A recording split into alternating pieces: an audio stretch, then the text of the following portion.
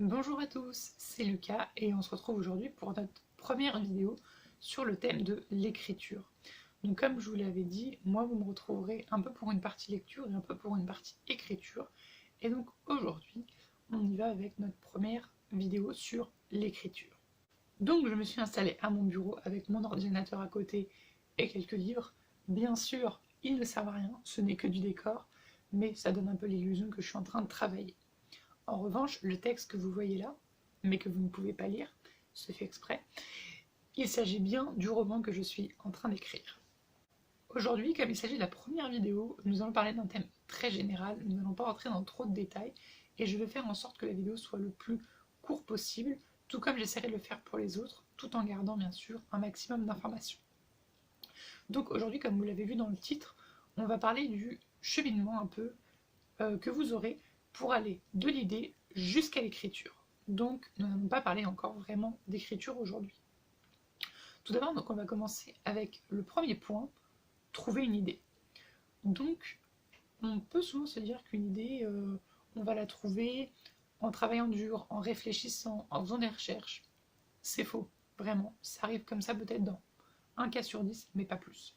Généralement, une idée, et souvent ce qu'on peut considérer comme une bonne idée, elle arrive à un moment totalement imprévu, vraiment. C'est-à-dire que par exemple, vous êtes, je ne sais pas, à la boulangerie, le boulanger vous rend votre monnaie, bim, vous avez une idée. Vous allez au restaurant, vous commandez un steak tartare, bim, une idée.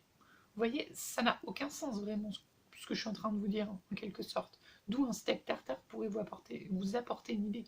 Ça semble n'avoir aucun sens. Et pourtant, croyez-moi, c'est dans ce genre de situation qu'arrivent les meilleures idées.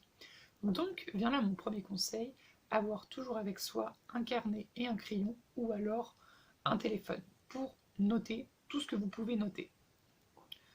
Ça peut sembler tout bête, hein, vraiment, on peut dire oui, j'ai toujours mon téléphone à côté de moi, mais il faut y penser. Parce que souvent, quand on a une idée, comment je pourrais dire ça? Bah, on va se dire, ah oui, j'ai une idée, ça a l'air bien, je vais finir ce que je suis en train de faire et après je la note. Bah non, faut pas le faire, parce que sinon, vous allez oublier. Et si vous oubliez, bah, c'est un peu bon pour vous. Bon, dans un sens, vous aurez oublié, donc vous pourrez pas vous dire que c'est con. Mais ça aurait peut-être été une très bonne idée. Donc, dès que vous avez une idée, vous sortez votre carnet, votre crayon ou votre téléphone et vous notez tout de suite. Ensuite, on a maintenant notre idée. Mais cette idée, est-ce qu'elle est forcément très bonne? Parce qu'elle nous est arrivée sur le moment, elle peut nous sembler très bonne, mais est-ce qu'on vérifierait pas peut-être qu'elle est bonne? Moi, ce que je vous conseille dans ce cas-là, c'est vous prenez un papier, je sais pas si vous avez un cahier spécial pour ça, et vous notez votre idée. Et ensuite, vous attendez un moment, je ne sais pas, une semaine, 2 semaines. Une semaine, ça me semble pas mal. Et ensuite, vous revenez devant votre cahier et vous regardez ce que vous avez noté. Et vous regardez si ces idées vous semblent toujours bonnes. Dans ce cas-là, deux solutions s'offrent à nous globalement. Soit une, bah, l'idée finalement vous semble pas si bonne que ça, c'est peut-être déjà vu et revu, vous avez peur de faire du copier-coller, ou alors vous voyez pas trop comment vous pourriez en faire un roman. Bah dans ce cas-là, c'est pas grave, on abandonne l'idée et puis bah on attend qu'une autre idée se présente à nous. Ou alors l'idée vous semble encore bonne et vous commencez à avoir vraiment des idées pour écrire un roman à partir de ça.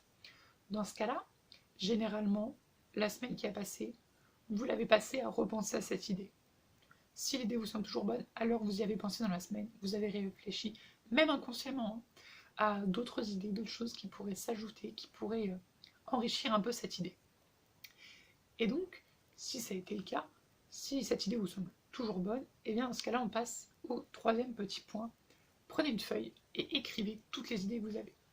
Moi, ce que je vous conseille, c'est de faire une carte mentale. Donc, vous écrivez en gros votre idée de base, et autour, vous écrivez plein de petites idées subalternes que vous avez eues, je ne sais pas. Par exemple, partons du principe que votre idée de base, bon, ça va être un truc vu et revu. C'est une jeune fille qui se fait mordre par un vampire et qui découvre du coup sa nouvelle vie en tant que vampire. Par exemple, on est vraiment sur un truc vu et revu, mais c'est pas grave, c'est notre idée. Bah, par exemple, je ne sais pas, j'ai eu comme petite idée que peut-être le père, ça peut être un vampire aussi. Ou alors, je peux avoir comme idée, je ne sais pas, que les chats détestent les vampires, et elle avait un chat. Ou alors, je peux avoir vu comme idée que les vampires dorment dedans.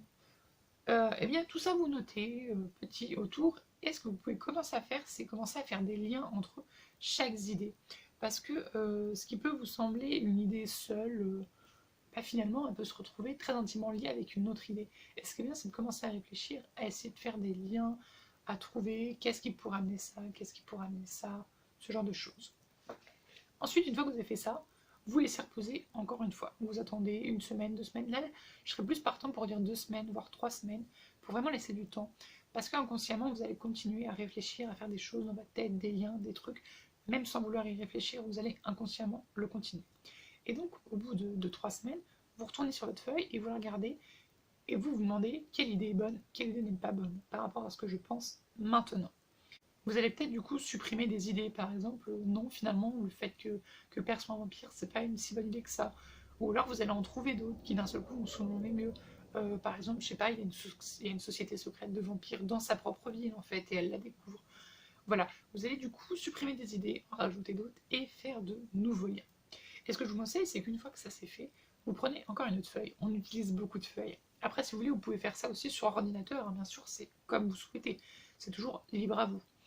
Euh, et donc, ce que vous pouvez faire du coup, c'est prendre une feuille et faire le listing de toutes ces idées en mettant en évidence les liens, peut-être faire des liens logiques, chronologiques aussi de ce qui va se passer dans votre roman.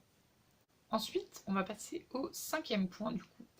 Euh, alors là, ça va plus aller vers ceux qui vont dans un univers plutôt fantastique, surnaturel, science-fiction, mais ça peut marcher aussi avec des personnes qui font un univers qui est le nôtre par exemple, totalement, enfin que tout le monde connaît.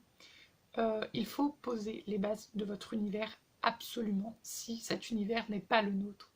Parce que bah, ça ne marche pas comme chez nous, du coup, même s'il y a des choses qui peuvent être pareilles, je ne sais pas, par exemple, on est dans une ville futuriste, euh, oui, il y a toujours des humains, il y a toujours un président, il y a toujours un État, mais peut-être que dans le futur, on ne roule plus à l'essence.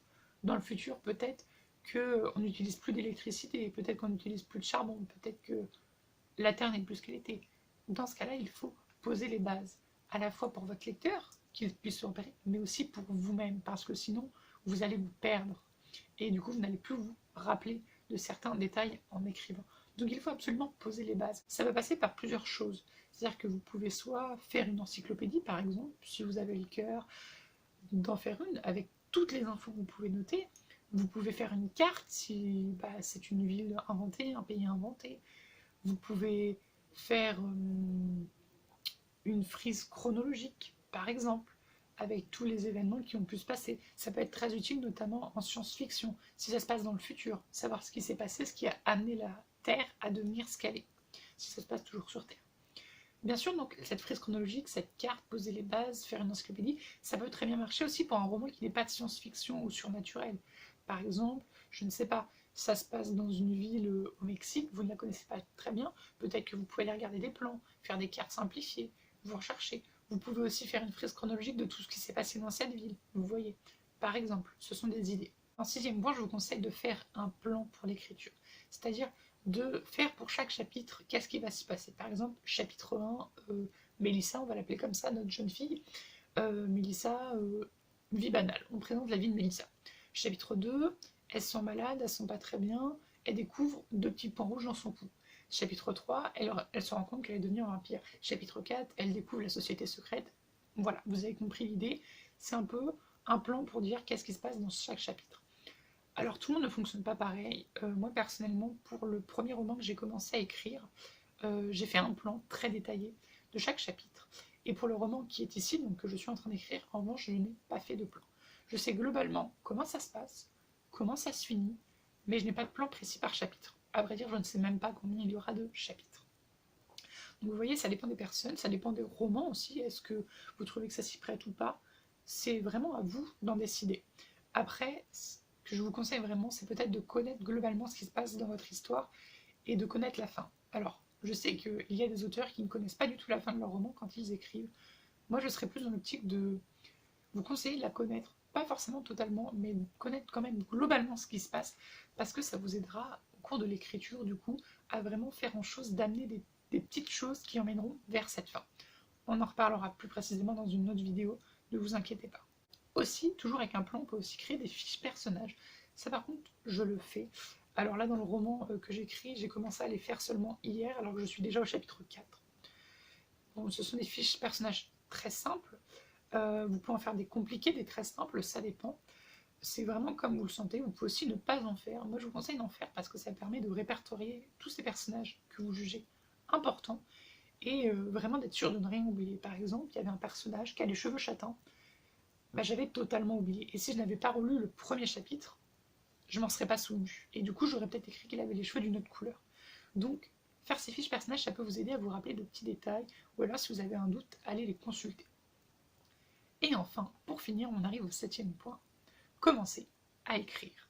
Une fois que vous avez fait tout ça. Alors, il peut y avoir plein d'autres choses à faire, vous pouvez faire plein d'autres choses, vous pouvez faire des recherches aussi, en fonction de votre univers.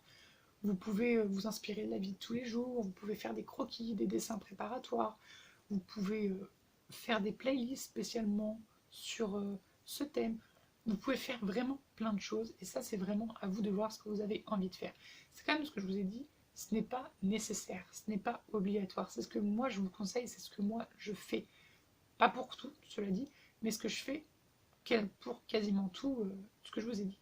Donc c'est des conseils, mais vous les appliquez, vous les appliquez pas. Vous faites comme vous voulez. Voilà, donc on se retrouvera par la suite dans d'autres vidéos où là on entrera plus en détail dans certains trucs.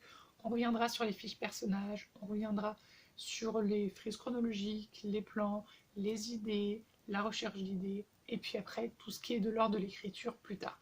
Là c'est vraiment une première vidéo assez globale, sans trop rentrer dans les détails en fait, voilà. Je vous conseille également, si vous avez vraiment envie d'écrire, je vais vous conseiller d'autres chaînes YouTube parce que, après tout, sur YouTube, on n'est pas là pour se faire de la concurrence. Donc, je vais vous envoyer vers d'autres chaînes YouTube qui, pour moi, pourront vous donner des meilleurs conseils que moi parce que ce sont des auteurs qui ont plus